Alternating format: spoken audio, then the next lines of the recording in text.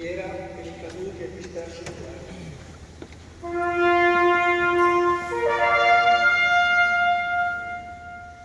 Signore, ti preghiamo per i caduti e dispersi di tutte le guerre e di tutti i paesi.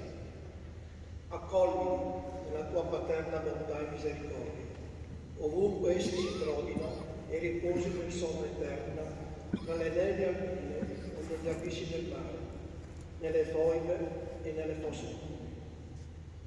Sostieni con la tua speranza che non delude la nostra attesa di riunirci a loro finalmente un giorno nella tua pace. Nella solitudine delle case deserte, riempi, ti invochiamo il vuoto lasciato da per sempre. Custodisci le tombe ignote, prive di preghiere, di lacrime e di fiori.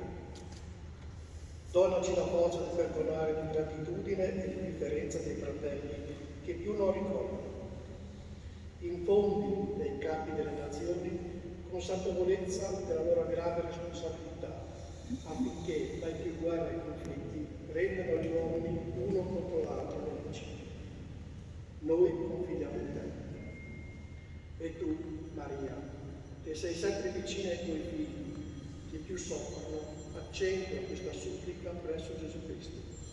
Grande liberatore, nostra certezza, gloria, vita e resurrezione. Così sia.